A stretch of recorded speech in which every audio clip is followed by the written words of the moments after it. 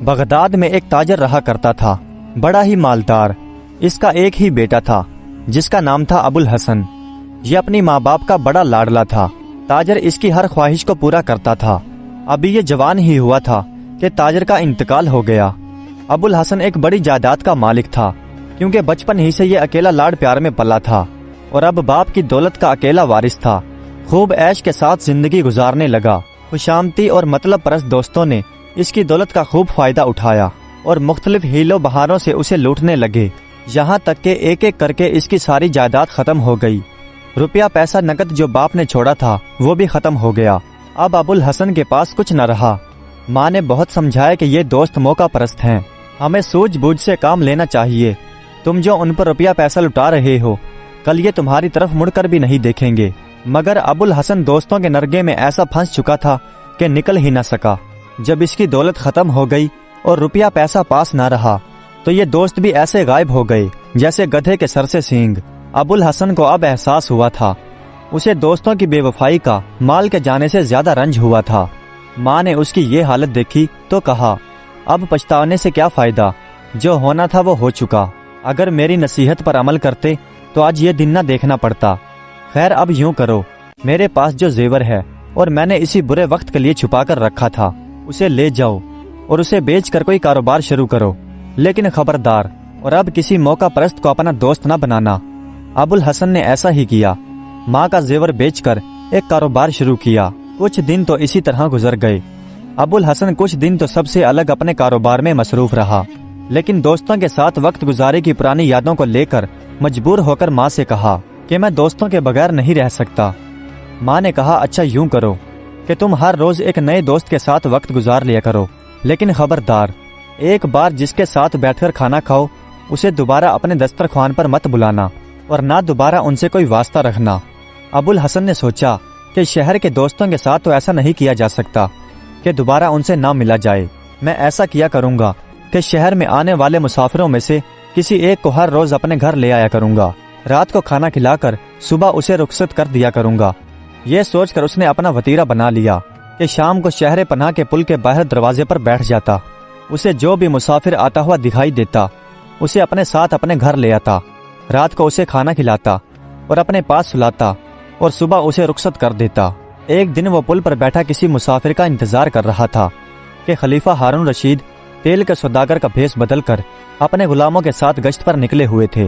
ابو الحسن نے دعا سلام کے بعد اسے اپنے ساتھ گھر آنے اور رات کے کھانے کی دعوت دی۔ ہارون رشید نے دعوت قبول کر لی اور رات کے کھانے کے لیے اس کے ساتھ اس کے گھر چلے گئے۔ ہارون رشید نے ابو الحسن کی بھولی بھالی صورت سے اور اس کے روزانہ کے اس معمول سے یہ سمجھا کہ اس کے اس طرز عمل کی ضرور کوئی وجہ ہے۔ کھانے کے بعد جب وہ باتیں کرنے لگے تو انہوں نے ابو الحسن سے ان کے حالات معلوم کرنا چاہے۔ ابو الحسن نے اپنے بغدادی دوستوں کا قصہ سنایا اور ماں کی نصیحت بھی بتا دی۔ یہ سن کر ہارون رشید کہنے لگے کہ واقعی ایسے دوستوں پر تو مجھے بھی لعنت بھیجنے کو جی چاہتا ہے۔ پھر جب رات کافی گزر گئی تو انہوں نے کہا کہ ابو الحسن آپ آرام کیجئے، ہمیں بھی صبح سفر کے لیے نکلنا ہے، مگر میں چاہتا ہوں کہ جانے سے پہلے آپ کی مہمان نوازی کا کچھ بدلہ چکا دوں۔ ابو الحسن نے شکریہ ادا کیا اور کہا، مجھے کسی چیز کی ضرورت نہیں، اللہ کا دیا سب کچھ ہے، میں تو آپ کا شکر گزار ہوں کہ آپ نے میری دعوت قبول کی اور میرے گھر آئے۔ خلیفہ ہارون رشید نے کہا کہ مجھے تو یہاں آ کر خوشی ہوئی، اللہ آپ کو اور خوشی عطا کرے اور خوشحالی عطا کرے۔ آپ کو کسی چیز کی ضرورت نہیں، پھر بھی آپ کا کوئی کام ہو تو مجھے بتائیے، مجھے وہ کرنے میں خوشی ہوگی۔ میں بھی چاہتا ہوں کہ آپ کی کوئی خدمت کروں، آپ کی کوئی تکلیف ہو یا کوئی خواہش ہو تو مجھے ضرور بتائیے۔ ابو الحسن نے کہا، شکریہ، میری کوئی خواہش نہیں، البتہ ایک تکلیف مجھے ضرور ہے، لیکن آپ اس معاملے میں کچھ نہیں کر سکتے۔ بات یہ ہے کہ اس محلے کی مسجد میں جو مؤذن ہے اس کے دوست بڑے پاجی ہیں اور پورا محلہ ان کی حرکتوں سے بڑا پریشان ہے، لیکن وہ کچھ نہیں کر سکتے۔ اگر اللہ تعالیٰ مجھے ایک دن کے لیے خلیفہ بنا دیں تو میں اس مؤذن کو اور اس کے ساتھیوں کو ایسی سزا دوں کہ وہ زندگی بھر یاد رکھیں۔ خلیفہ یہ بات سن کر مسکرائے اور بولے، اللہ کرے آپ کی یہ آرزو پوری ہو۔ اس کے بعد انہوں نے دل میں سوچا کہ جو کچھ بھی ہو اسے ایک دن کے لیے ضرور خلیفہ بناؤں گا۔ یہ سوچ کر انہوں نے نظر بچا کر بے ہوشی کی دوا ابو الحسن کے قہوے کی پیالی میں ڈال دی۔ ابو الحسن قہوہ پیتے ہی دوا کے اثر سے بے ہوش ہو گیا۔ خلیفہ نے اپنے غلاموں کو حکم دیا کہ اسے اٹھا کر محل میں پہنچا دیا جائے۔ غلاموں نے حکم کی تعمیل کی۔ اس کے بعد خلیفہ نے محل پہنچ کر اپنے غلاموں اور کنیزوں کو حکم دیا کہ ابو الحسن کو ان کے کپڑے پہنا کر ان کے بستر پر لٹا دیا جائے اور کل شام تک اس کو خلیفہ سمجھ کر اس کی اس طرح عزت کی جائے اور اس سے اس طرح خطاب کیا جائے جس طرح ان سے کیا جاتا ہے۔ اس کے بعد خلیفہ نے اپنے وزیر جعفر کو بلایا اور حکم دیا کہ کل یہ شخص میرا قائم بقائم ہو کر تخت خلافت پر بیٹھے گا، اس کا اسی طرح احترام کیا جائے جس طرح میرا کیا جاتا ہے، اور جو بھی یہ حکم دے اس کی تعمیل کی جائے۔ ہارون رشید ان ساری ہدایات کا حکم دے کر اپنے محل میں ایک ایسی جگہ پر چھپ کر بیٹھ گئے کہ جہاں سے وہ ابو الحسن کی ساری حرکتوں پر نظر رکھ سکیں۔ ابو الحسن خلیفہ کا لباس پہنے ساری رات ان کے بستر پر لیٹا رہا۔ فجر کے وقت ایک کنیز نے آ کر انہیں اٹھاتے ہوئے کہا، علی جا، فجر کی نماز ادا کیجیے۔ ابو الحسن نے اپنی آنکھیں کھولی تو چاروں طرف نظر ڈال کر بھنجکا رہ گیا۔ کبھی وہ زرق برق کپڑوں میں حسین و جمیل کنیزوں کو دیکھتا اور کبھی شاہی محل کے سجاوٹ کو دیکھتا۔ اس کی سمجھ میں کچھ نہیں آیا اور یہ سمجھ کر کہ میں خواب دیکھ رہا ہوں، پھر آنکھیں بند کر کر لیٹ گیا۔ اسے خیال آیا کہ رات کو تیل کے سوداگر سے ہم نے خلیفہ کا ذکر کیا تھا، بس وہی خواب میں دیکھ رہا ہوں۔ جب ابو الحسن نے یہ سوچ کر اپنی آنکھیں بند کر لی اور سو جانے کا ارادہ کیا تو ایک اور کنیز نے ادب کے ساتھ انہیں اٹھاتے ہوئے کہا، امیر المومنین، یہ نماز کا وقت ہے۔ ابو الحسن ان کلمات کو سن کر حیران ہو کر اٹھ بیٹھا اور سوچنے لگا، کیا میں واقعی جاگ رہا ہوں اور کیا اللہ تعالیٰ نے مجھے واقعی خلیفہ بنا دیا ہے؟ اتنے میں خلیفہ کے خاص خدمت گزار مسرور نے دست بستہ عرض کیا، علی جا، مزاج مبارک کیسا ہے؟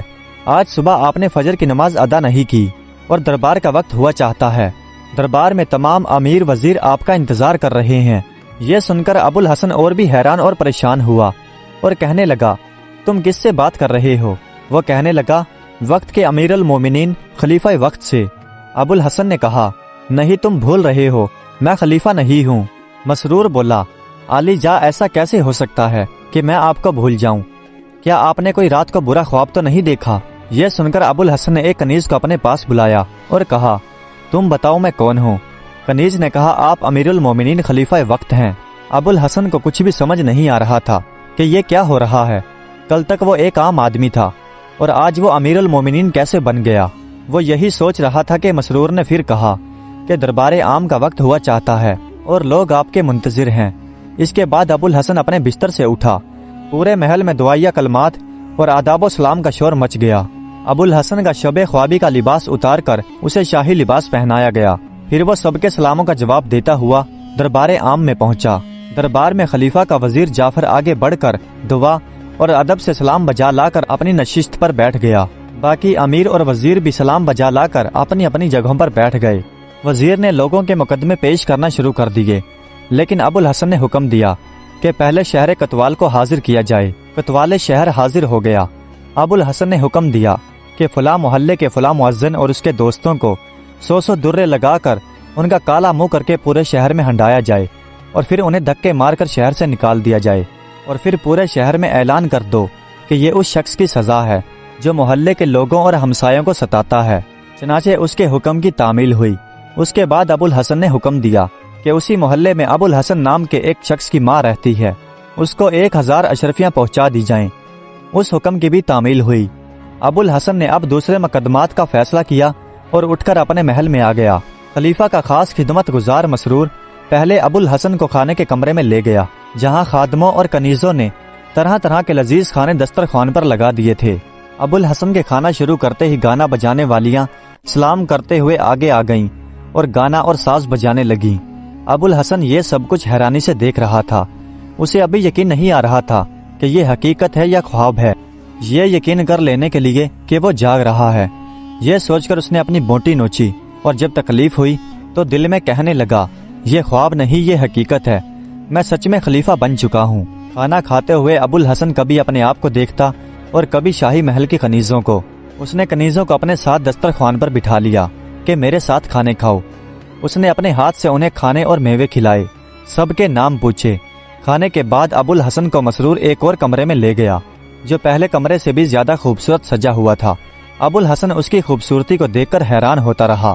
اس کے بعد مسرور ابو الحسن کو ایک اور کمرے میں لے گیا، جو پہلے سے بھی زیادہ خوبصورت اور اس کے اندر ایک سے ایک حسین کنیز تھی۔ یہ کمرہ پہلے 2 کمروں سے بھی زیادہ شاندار تھا۔ یہاں ابو الحسن تکیہ لگا کر بڑی شان کے ساتھ بیٹھا۔ کنیزوں نے ساتھ سنبھالے اور گانا گانا شروع کیا۔ ابوالحسن گانے میں ایسا مست ہوا کہ اسے اپنی خبر نہ رہی۔ اسی دوران جب خلیفہ ہارون رشید پردے کے پیچھے سے چھپ کر دیکھ رہے تھے، انہوں نے ایک کنیز کو اشارہ کیا کہ اسے بے ہوشی کی دوا جام میں ڈال کر پلا دے۔ کنیز نے حکم کی تعمیل کی اور ابوالحسن کو جام پیش کیا، جو اسے ایک ہی گھونٹ میں پی گیا۔ چند لمحوں میں وہ بے ہوش ہو گیا تھا۔ اس کے بعد خلیفہ پردے سے باہر نکل کر آئے اور حکم دیا کہ اس کا یہ شاہی لباس اتار کر اسے وہی لباس پہنا دیا جائے جو یہ پہلے پہنے ہوئے تھا، اور اس کے بعد اسے خاموشی کے ساتھ اسی محلے میں اس کے گھر پر جہاں سے یہ لایا گیا تھا وہاں پہنچا دیا جائے۔ خلیفہ کے حکم کی تعمیل ہوئی۔ ابوالحسن جب نشے کی حالت میں اپنے گھر پہنچا تو وہ صبح دیر تک سوتا رہا۔ جب بے ہوشی کا اثر ختم ہوا اور آنکھ کھلی تو اپنے آپ کو شاہی محل کی بجائے اپنے پرانے گھر میں پایا۔ اس نے آنکھیں مل مل کر دیکھا، کچھ بھی سمجھ میں نہ آیا۔ اس نے شاہی محل کی کنیزوں کو ان کے نام لے لے کر پکارنا شروع کر دیا۔ وہ ہوتی تو بولتی۔ آخر اس کی ماں اس کی آوازیں سن کر دوڑی دوڑی آئی اور اس کی بلائیں لیتے ہوئے بولی، ارے بیٹا خیر تو ہے؟ ابوالحسن نے جب ایک بوڑھی عورت کو اپنے سامنے دیکھا تو کہنے لگا، ارے بڑی بھی خیر تو ہے؟ تم کسے اپنا بیٹا کہہ رہی ہو؟ ماں نے کہا، بیٹا تمہیں کیا ہو گیا؟ یہ تم کیسی باتیں کر رہے ہو؟ ابوالحسن نے کہا، خبردار، ادب سے بات کرو۔ کون ابوالحسن؟ میں تو امیر المومنین ہوں، مسلمانوں کا خلیفہ۔ ابوالحسن کی ماں پریشان ہو گئی کہ شاید میرا بیٹا پاگل ہو گیا ہے۔ وہ اسے سمجھانے لگی، بیٹا خدا کا خوف کرو، کیسی بہکی بہکی باتیں کر رہا ہے، ایسا نہ ہو کہ کوئی سن لے اور ہماری شامت آ جائے۔ اب ابوالحسن کو ہوش آیا اور حیرانی سے بولا، ماں کیا میں واقعی ابوالحسن ہوں؟ ماں نے کہا، ہاں بیٹا تو ابوالحسن ہی ہے، یہ تمہارا گھر ہے، کیا تم اسے نہیں پہچانتے؟ ابوالحسن نے چاروں طرف دیکھا اور کہا، ہاں یہ ہے تو میرا ہی گھر اور شاید میں ابوالحسن ہی ہوں، مگر سمجھ نہیں آتی کہ یہ کیا معاملہ ہے۔ اس کی ماں بولی، بیٹا بات سوچ سمجھ کر کرنی چاہیے، تو خلیفہ کیسے ہو سکتا ہے؟ یہ تو بے ادبی کی بات ہے۔ اللہ خلیفہ کا سایہ ہم پر سلامت رکھے۔ کل ہی اس نے اس مؤذن اور اس کے ساتھیوں کو، جس نے پورے محلے کو ستا رکھا تھا، پٹوا کر شہر سے نکلوا دیا اور مجھے 1000 اشرفیاں بھجوائی ہیں۔ یہ سن کر ابوالحسن کو پھر غصہ آ گیا اور کہنے لگا، بڑے بھی ادب سے بات کرو، میں نے ہی تو کتوال کو حکم دیا تھا کہ مؤذن اور اس کے ساتھیوں کو پٹوا کر ان کا کالا منہ کر کر ان کو پورے شہر میں ہنڈایا جائے اور پھر دھکے مار کر شہر سے نکلوا دیا جائے، اور تمہیں بھی 1000 اشرفیاں میں نے ہی بھجوائی تھی، اور اب تم مجھ کو امیر المومنین نہیں سمجھتی اور بڑھ بڑھ کر گستاخی سے بولے جا رہی ہو۔ ابوالحسن کے منہ سے یہ باتیں سن کر ابوالحسن کی ماں نے رونا پیٹنا شروع کر دیا کہ ہائے میرا بیٹا دیوانہ ہو گیا۔ اس کا شور سن کر سارے محلے والے آ گئے اور یہ بات پورے شہر میں پھیل گئی۔ شہر کے کتوال کو بھی اس بات کی خبر ہوئی تو وہ بھی وہاں پر پہنچ گیا اور ابوالحسن کو دیوانہ سمجھ کر اسے پاگل خانے بھجوا دیا۔ راستے میں سپاہیوں نے اس کی خوب پٹائی کی، مگر خلافت کی بو ایسی اس کے دماغ میں سمائی کہ وہ اب بھی اپنے آپ کو خلیفہ سمجھ رہا تھا۔ جب وہ اپنے آپ کو دیکھتا اور اپنے گھر کو یاد کرتا تو اسے خیال آتا کہ وہ ابوالحسن ہی ہے، لیکن جب مؤذن اور اس کے ساتھیوں کو سزا دلوانے اور شہر سے نکلوانے اور اپنی ماں کو 1000 اشرفیاں بھجوانے کا خیال آتا تو اسے اپنے خلیفہ ہونے میں کوئی شبہ نہ رہتا۔ غرض اسے اسی پاگل خانے میں 15 دن گزر گئے۔ ایک دن اس کی ماں پاگل خانے میں اسے ملنے آئی تو اس کی حالت دیکھ کر رونے لگی، کس قدر دبلا پتلا ہو گیا ہے۔ ابوالحسن نے ادب سے اپنی ماں کو سلام کیا۔ ماں سمجھی کہ شاید اب میرا بیٹا سنبھل گیا ہے۔ ماں کہنے لگی کہ بیٹا کیا اب بھی تو اپنے آپ کو خلیفہ سمجھتا ہے؟ ماں کی بات سن کر ابوالحسن رونے لگا اور کہنے لگا، اماں مجھے معاف کر دو، میں واقعی تمہارا بیٹا ابوالحسن ہوں، شاید میں واقعی دیوانہ ہو گیا تھا۔ ماں نے اللہ کا شکر ادا کیا کہ اس کا بیٹا ٹھیک ہو گیا ہے اور پاگل خانے کے درگاہ سے اس کی منت سماجت کر کے اپنے بیٹے کو گھر لے آئی۔ کئی دنوں تک اس کی اچھی دیکھ بھال کی، جس سے ابوالحسن کی صحت بحال ہو گئی، جس سے اس کے جسم میں طاقت اور توانائی آ گئی۔ اب وہ پھر سے معمول کے مطابق اپنی زندگی بسر کرنے لگا اور پرانے طریقے کے مطابق شام کو شہر پناہ کے باہر دروازے پر چلا جاتا اور ایک مسافر کو اپنے گھر لے آتا، اس کی خاطر توجہ کرتا اور صبح کو اسے رخصت کر دیتا۔ ایک دن وہ پل پر بیٹھا کسی مسافر کا انتظار کر رہا تھا کہ ایک بار پھر خلیفہ ہارون رشید تیل کے سوداگر کا بھیس بدل کر اپنے غلاموں کے ساتھ پھر وہاں پہنچے۔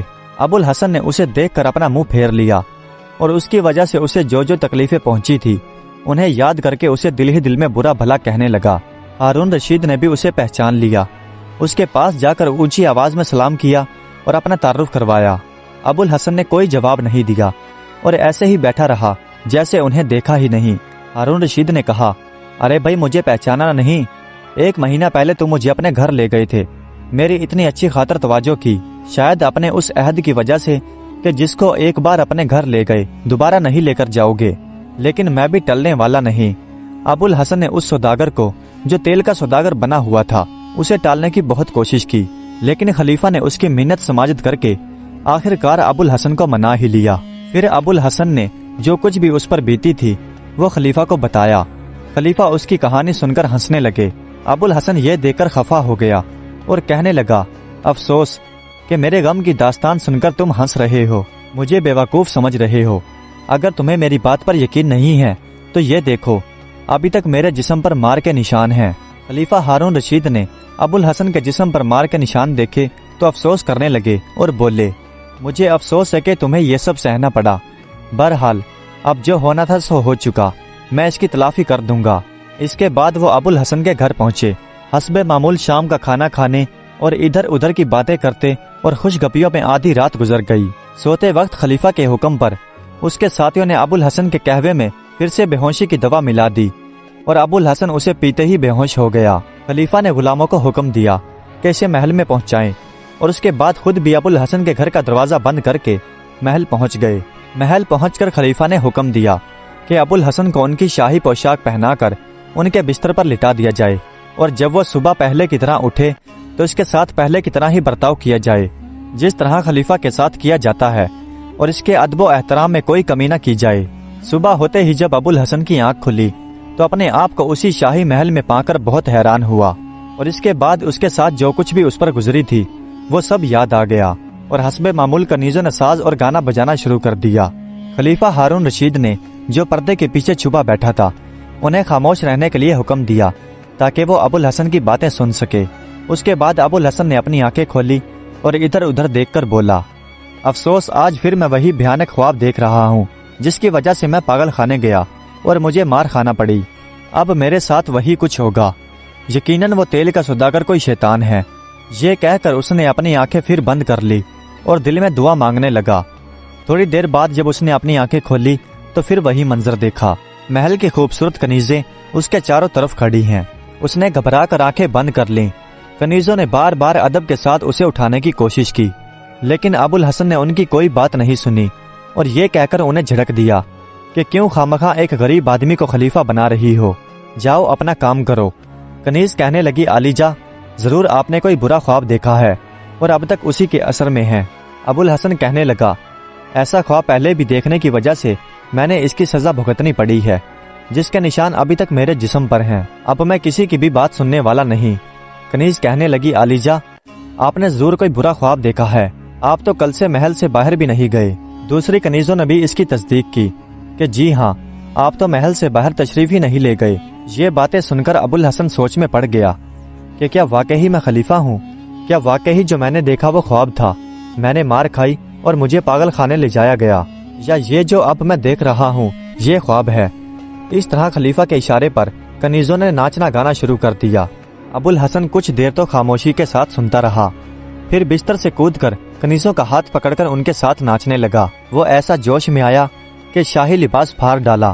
خلیفہ ہارون رشید نے اس کا یہ جو حال دیکھا تو وہ ہنس ہنس کر لوٹ ہو گیا اور بے قابو ہو کر پردے سے باہر نکل آیا۔ ابو الحسن نے خلیفہ کو دیکھا تو پہچان لیا اور بولا، اچھا تو یہ آپ ہی تیل کے سوداگر کے بھیس میں میری ساری تکلیفوں کا باعث بنے تھے۔ اور وہ ساتھ ہی یہ بھی سمجھ گیا کہ خلیفہ نے یہ جو کچھ بھی کیا ہے وہ ایک مذاق کے طور پر کیا تھا، اور میں جو دیکھ رہا تھا وہ دراصل حقیقت ہے، کوئی خواب نہیں۔ خلیفہ نے آگے بڑھ کر ابو الحسن کو گلے لگا لیا اور کہا، ابو الحسن غم نہ کرو، میں تمہاری ساری تکلیفوں کو دور کر دوں گا۔ ابو الحسن بولا، واہ عالیجا یہ خوب مذاق ہے، آپ کے مذاق نے تو میری جان ہی لے لی تھی، مجھے پاگل خانے جانا پڑا اور مار الگ سے کھائی۔ خلیفہ نے کہا، افسوس کہ تمہیں یہ سب کچھ سہنا پڑا، لیکن اب تم میرے محل میں رہو گے۔ پھر خلیفہ نے حکم دیا کہ اس کو ایک اچھا سا لباس پہنایا جائے اور ایک اچھا سا گھر بھی اس کو رہنے کے لیے دے دیا جائے، اور 1000 اشرفیاں ماہانہ اس کے خرچ کے لیے اسے دی جائیں۔ ابو الحسن یہ سب کچھ کرنے کے بعد اپنے گھر واپس آیا اور یہ سارا قصہ اپنی ماں کو سنایا۔ اس کی ماں نے اللہ کا شکر ادا کیا کہ اللہ تعالیٰ نے خلیفہ کو ان پر مہربان کر دیا۔ خلیفہ نے اپنی ملکہ سے کہا، میں دیکھتا ہوں کہ ابو الحسن جب بھی محل میں آتا ہے تو تمہاری ایک خاص کنیز اس کی طرف زیادہ توجہ رہتی ہے۔ میرا خیال ہے کہ ان کی شادی کر دینی چاہیے۔ ملکہ زبیدہ نے کہا کہ ان کا بھی خود یہی خیال ہے، ان کی شادی کر دینی چاہیے، یہ خوش رہیں گے۔ چنانچہ خلیفہ کے حکم پر ابو الحسن اور اس کنیز کی شادی کر دی گئی۔ خلیفہ نے ابو الحسن کو تحفے کے طور پر اپنے محل کے قریب ایک محل رہنے کو دیا اور ملکہ نے کنیز کو اتنا سامان دیا کہ ان کا گھر بھر گیا۔ اب ابو الحسن اور کنیز خوش و خرم زندگی بسر کرنے لگے۔ پیارے دوستو، امید کرتا ہوں کہ یہ ویڈیو آپ کو پسند آئی ہوگی۔ اگر ویڈیو اچھی لگی ہو تو کمنٹس میں اپنی رائے کا اظہار ضرور کیجیے گا۔ ہمارے چینل کو سبسکرائب کر دیجیے گا۔ ویڈیو دیکھنے کا بہت بہت شکریہ۔